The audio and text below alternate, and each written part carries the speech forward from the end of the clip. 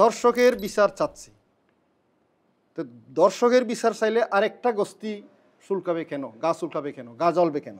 চর্চার নিয়মিত আলোচনায় আজ আমাদের অতিথি মানবাধিকার কর্মী ও সুপ্রিম কোর্টের আইনজীবী নিকোলাস চাকমা। পার্বত্য চট্টগ্রামের সর্বশেষ পরিস্থিতি কী? খাগড়াছড়ি থমথমে পরিস্থিতি, এখনও ওখানে 144 জারি রয়েছে। আন্দোলনকারীদের সাথে আলোচনা হয়ে গেছে, বিক্ষুব্ধ ছাত্র জনতা নামে একটা প্রতিনিধি দল আলোচনায় গেছে। তো আলোচনার মধ্যে তাদের 8টা দাবি ছিল। ওই 8টা দাবি তাদের মধ্যে কতটুকু বোঝাপড়া হয়েছে সেটা এখনও প্রশাসন ক্লিয়ার করে নাই, কিন্তু তারা অবরোধ প্রত্যাহার না করা পর্যন্ত 144 জারি থাকবে বলছে। এখন আন্দোলনকারী পক্ষ তাদের অবরোধ প্রত্যাহার করেছে, 5 তারিখ পর্যন্ত ওরা বিবৃতি দিছে, কিন্তু 144 এখনও অব্যাহত রয়েছে। কাজেই পরিস্থিতি এখন জনমনে একটা আতঙ্ক আছে। তার মানে আমরা ধরে নিতে পারি দুই পক্ষের মধ্যে কোনো না কোনো সমঝোতা হয়েছে। ক্লিয়ার না তাদের ইয়েতে, এই কথাবার্তা বিবৃতি বক্তব্যে ক্লিয়ার না, স্পষ্ট না, গভর্নমেন্টও স্পষ্ট করতেছে না।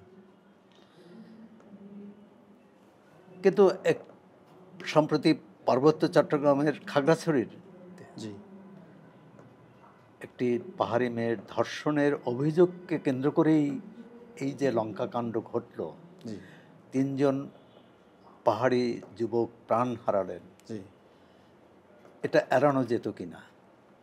যদি প্রশাসন যদি নিরপেক্ষ থাকতো, প্রশাসনের ভূমিকা যদি জোরালো থাকতো, তাহলে পারা যেত না কেন? প্রশাসন পারবে না এমন কোনো জিনিস তো আমি দেখি না।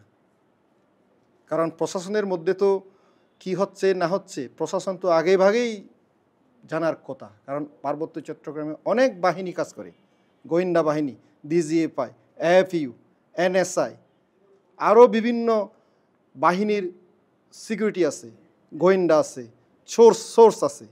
তাহলে সদিচ্ছা থাকলে, গভীরতা থাকলে এড়ানো যেত অবশ্যই। এর অর্থ প্রশাসন বা আইনশৃঙ্খলা রক্ষাকারী বাহিনীর কোনো না কোনো পক্ষের অবহেলা ছিল বা গাফিলতি ছিল? অবশ্যই আছে গাফিলতি। আমি মনে করি প্রশাসনের গাফিলতি আছেই। যেমন 2020 নাকি 21 সালে এ ধরনের একটা 0 মাইলে এ ধরনের একটা র্যাপ ঘটনা ঘটেছিল। 3 জন,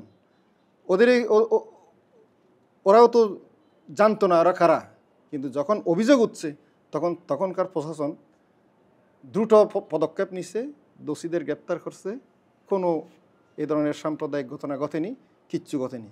কিন্তু এখানে অভিযোগ পাওয়ার পরেও প্রশাসনের ভূমিকা নিয়ে আমার প্রশ্ন আছে। তারা কেন নিশ্চুপ ছিল? মিছিল মিটিং হচ্ছে, কর্মসূচি দেওয়া হচ্ছে, তো তারা কেন নিশ্চুপ ছিল? তারা কেন সতর্ক থাকবে না? এই ঘটনায় সেটেলার বাঙালিদের কোনো ভূমিকা ছিল কিনা? সেটা তো স্পষ্ট, যা ভিডিওতে বিভিন্ন এতে প্রচার করছে, মিডিয়াতে তো দেখা গেছে। দর্শকের বিচার চাচ্ছি।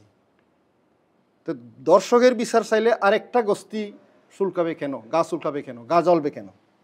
চিকিৎসকের রিপোর্টে এসেছে মেয়েটির ধর্ষিত হওয়ার কোনো প্রমাণ তারা পাননি। অন্যদিকে চাকমা রানী ও মেয়েটির পরিবারের পক্ষ থেকে এই রিপোর্ট প্রত্যাখ্যান করা হয়েছে। এখন এর সমাধান কি? দর্শন হয়েছে কখন, পাওয়া গেছে কখন, আর এইদিকে মেডিকেল টেস্ট করা হচ্ছে কখন? তার আলামত নষ্ট হওয়ার পরে। ডাক্তারের মেডিকেল রিপোর্ট এখনও স্পষ্ট না, মেডিকেল রিপোর্ট এখনও সরকারিভাবে প্রচার করা হয়নি। আর একজন ডাক্তার মেডিকেল রিপোর্ট প্রচার করতে পারেন না। আর শুধু মেডিকেল রিপোর্ট নিয়ে একটা দর্শনের বিচার হয় না, দর্শন হয়েছে কি হয় নাই নির্ধারণ হয় না। এগুলো তো আলামত তো আর দীর্ঘস্থায়ী থাকে না। আর এখানে আরও অনেক কথা আছে, টেকনিক্যালি অনেক কথা আছে। আমাদের আইনের ভাষায়ও টেকনিক্যালি অনেক কথা আছে, মেডিকেল ভাষায় অনেক টেকনিক্যালি ওয়ার্ড আছে, যে ওয়ার্ডগুলো এগুলো আগেভাগে না করলে এই আলামতটা থাকে না। আর এটা যে ডাক্তারের রিপোর্ট, কিভাবে এখানে সরকারি রিপোর্ট, সরকারিভাবে ঘোষণা না হওয়ার আগে ওখানে তো থানার সিল লাগবে, পুলিশের নিরাপদ লাগবে, কিচ্ছু নাই। এখানে একটা টিভি চ্যানেল এত আগ্রহ ভরে আগেভাগে এটা কেন প্রচার করতেছে? এইভাবে সরকারি ডকুমেন্টস প্রচার হওয়া এটা কিন্তু একটা প্যানেল কোডের কত সেকশনে এটা কিন্তু সুনির্দিষ্ট একটা অপরাধ। স্বরাষ্ট্র উপদেষ্টা বলেছেন প্রতিবেশী দেশ ও আওয়ামী লীগের ইন্ধন ছিল খাগড়াছড়ির ঘটনায়।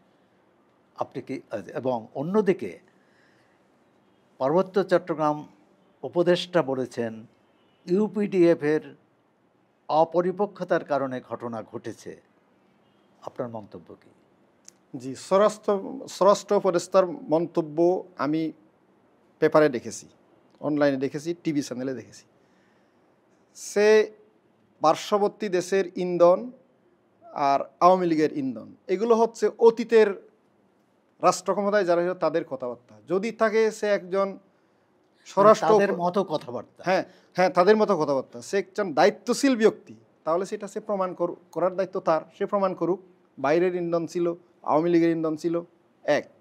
আর 2 নম্বর, পার্বত্য উপদেষ্টার বক্তব্য হচ্ছে সে নিজেই বক্তব্য বলছে, সে নিজেই দিয়ে দিছে, সেটা উনি ভেবে চিন্তে বলছেন। তার মন্তব্যের ব্যাপারে আমার কোনো কমেন্টস নাই। না, কিন্তু এই যে সরকারেরই 2 উপদেষ্টা 2 ধরনের অভিযোগ করলেন, জি, 2 পক্ষকে দায়ী করলেন। জি, এক উপদেষ্টা বললেন যে প্রতিবেশী দেশ এবং আওয়ামী লীগ এই ঘটনার জন্য দায়ী, আর এক উপদেষ্টা বললেন ইউপিডিএফ দায়ী। জি। তাহলে মানে সরকারের এই মতানৈক্য বা দ্বিচারিতা সম্পর্কে আপনি কি বলবেন? এই তো, তাহলে তাদের মধ্যে একটা নীতিগত ভিত নাই, তাদের মধ্যে কোনো আলোচনা নাই, সমন্বয়হীনতা। তাহলে হিল কিভাবে চলবে এইটার কোনো তাদের দিক নির্দেশনা নাই সরকারের। সেই জন্য এগুলো হচ্ছে। আগে তাদের একটা দিক নির্দেশনা থাকতে হবে কিভাবে চলবে। অথবা সরকারের পার্বত্য চট্টগ্রাম নীতি কি, Yes. সে ব্যাপারেই সরকারের ভেতরে যারা আছেন তাদের মধ্যে মতভেদ আছে, নিশ্চয় আছে, সেটা তো প্রকাশিত হলো। পার্বত্য চট্টগ্রামের সমস্যা ও অস্থিরতার মূল কারণ কি? এটাই আপনার প্রশ্ন? এটাই আমার প্রশ্ন। পার্বত্য চট্টগ্রামে দীর্ঘ 24 বছর ধরে সশস্ত্র সংগ্রাম চলছিল। এরপরে 97 সালের 2রা ডিসেম্বর পার্বত্য চুক্তি সম্পন্ন হয়ে গেল গভর্নমেন্ট এবং পার্বত্য চট্টগ্রাম জনসংহতি সমিতি মধ্যে, জনগোষ্ঠী। হ্যাঁ, তাহলে এই চুক্তি যদি 28 বছরেও বাস্তবায়ন না হয়, তাহলে এখানে রাজনীতিক সদিচ্ছার অভাব সরকারের। চুক্তি কখন হয়? আপনার সাথে আর আমার সাথে কখন চুক্তি হবে? একটা দেন দরবার যদি হয়, কোনো কিছু যদি হয়, এর মধ্যে তো হবে।